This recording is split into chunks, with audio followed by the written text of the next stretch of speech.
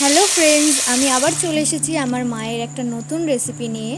কিছুদিন আগে আমাদের একজন ভিউয়ার্স বলেছিলেন যে সানডে স্পেশাল কিছু ভালো রান্না দেখাতে চিকেনের। তো আমার মা সেই জন্য সানডে স্পেশাল একটা ভালো রান্না বানিয়েছে। সেই রান্নাটাই আজকে আপনাদের সাথে আমি শেয়ার করে নেব। আশা করছি রেসিপিটা আপনাদের খুবই ভালো লাগবে। এই রান্নাটা করার জন্য আমার মা দেশি মুরগি নিয়েছে। যে পোলট্রির মুরগি থাকে এর থেকে দেশি মুরগির স্বাদ অনেক বেশি ভালো হয়, অনেক বেশি সুস্বাদু হয়। তো সেই জন্য আমার মা কী করেছে, এই মুরগিটার স্কিনটাকে ছাড়ায়নি, স্কিনটাকে রেখে দিয়েছে। স্কিনটা থাকলে নাকি টেস্টটা খুব ভালো হয়। আর মশলা নিয়েছে আদা রসুন বাটা, হলুদ গুঁড়ো, লঙ্কার গুঁড়ো, নুন, শাহি গরম মশলা আর ধনে জিরে মরিচ গুঁড়ো।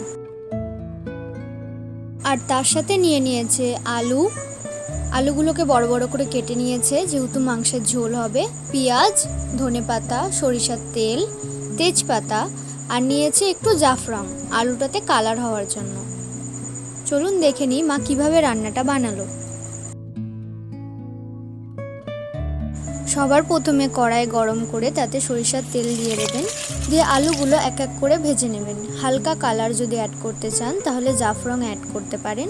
দিয়ে নুন দিয়ে আলুগুলোকে ভালো করে ওই ছাঁকা তেলে ভেজে নেবেন, এতে রান্নার স্বাদটা খুব ভালো হয়।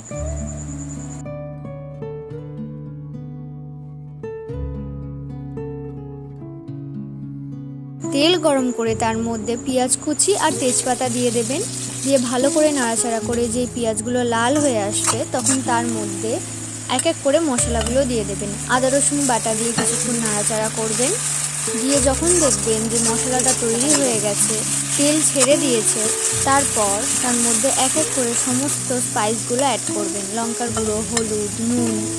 শাহি গরম মশলাটা এখন দেবেন না, ধনে জিরে মরিচ গুঁড়োটা দেবেন। শাহি গরম মশলাটা রান্নার শেষে মা দিয়েছে।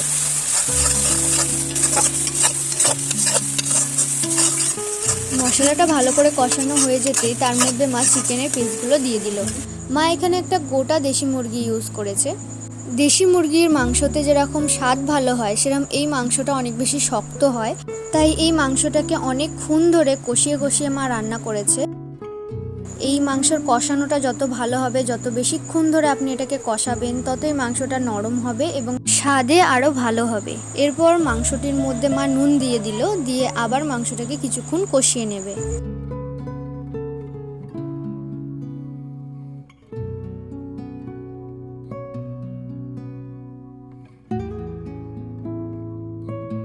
ভালো করে মাংসটা কষানো হয়ে গেলে এর মধ্যে মা 1 কাপ মতো জল দিয়ে দিল, দিয়ে ভালো করে নাড়াচাড়া করে নিল, দিয়ে ঢাকা দিয়ে রাখবে কিছুক্ষণ মাংসটা সিদ্ধ হওয়ার জন্য।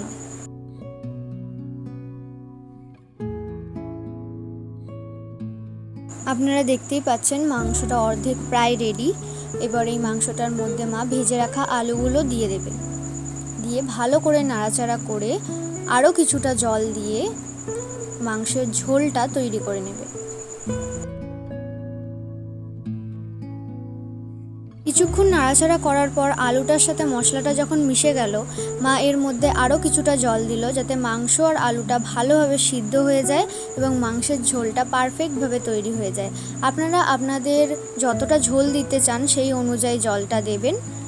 আমার মা এখানে প্রায় 2 কাপ মতো জল দিয়েছে, দিয়ে ভালো করে নাড়াচাড়া করে ঢাকা দিয়ে রেখেছে।